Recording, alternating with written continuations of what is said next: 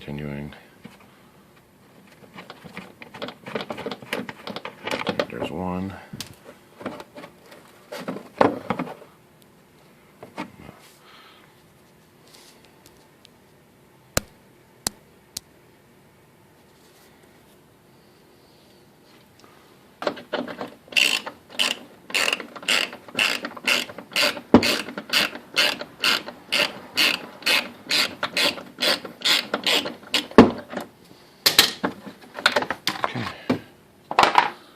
Timing cover's out. Let's put those 2 bolts back in it so we don't lose it.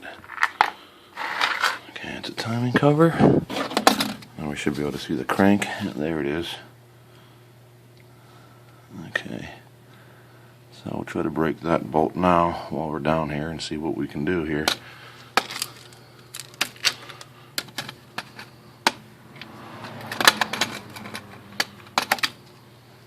That's better than nothing, I guess. Okay. Now, obviously the bolt's tight down there. I got my wrench set up on it, as you can see. It's a 3/4 socket. I have it on the big 1/2-inch drive here. So what we're going to do is, obviously it's tight, and if you just turn the wrench, you're just simply going to turn the whole motor. So what we're going to do is try a little bump start trick, and use a starter as a, basically what would you call that? Well, a turning implement, we'll say. But as you can see, I've disconnected the coil pack's power, so that way when we try to start it, it doesn't do something bad. So what we're going to do is go ahead and bump the starter then, and I have it in park and everything. So I get the key in the ignition and everything's on. Now, I've already actually bump started it and loosened it, but I couldn't hold the camera and do both at the same time to show you, but that's generally how it's done. So let me turn the ignition off here. Now that's all done.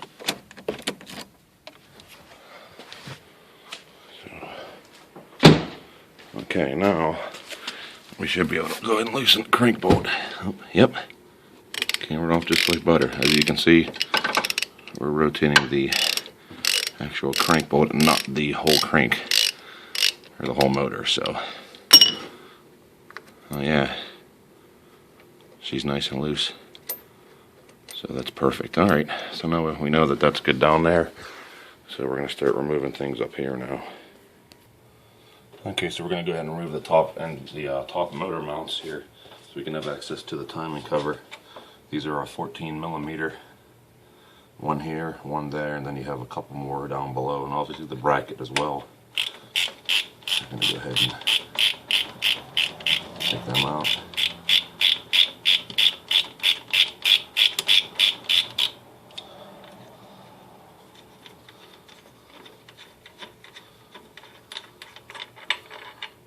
There's a top mount for one of them out.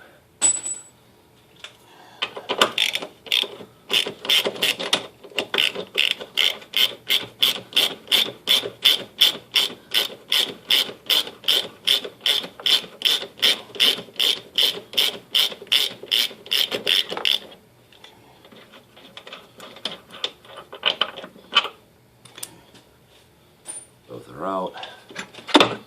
And there's the first part.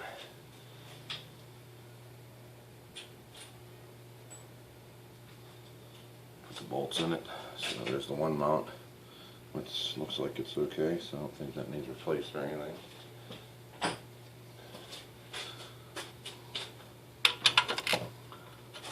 We need a small extension.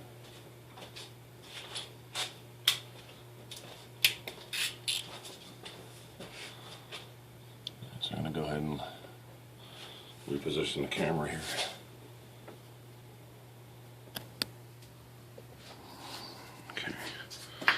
As you can see, we'll remove the top motor mount. Now I got to get these 2 14mm bolts here.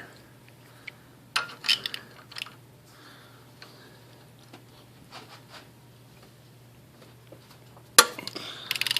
little tight there. Okay, so loosen that one. Okay, that's the second one.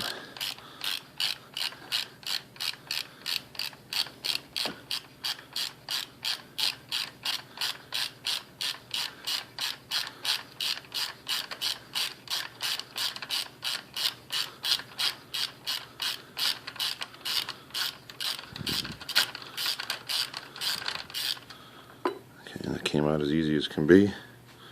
There's one.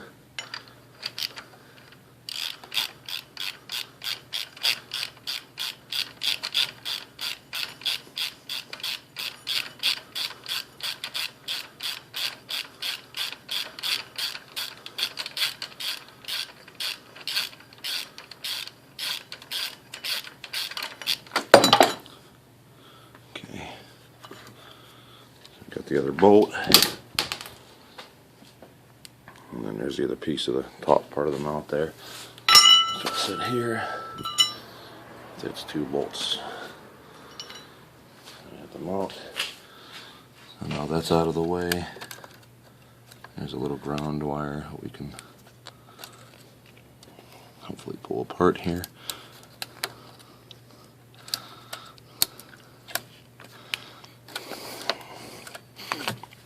Go. Okay, we disconnected that.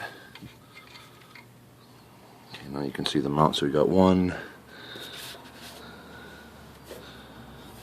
I don't know if that goes into that the same or not. So 1, 2 bolts. That one's probably gonna have to get with a wrench, I guess. And then we have the timing belt cover. So okay, let's pause it there.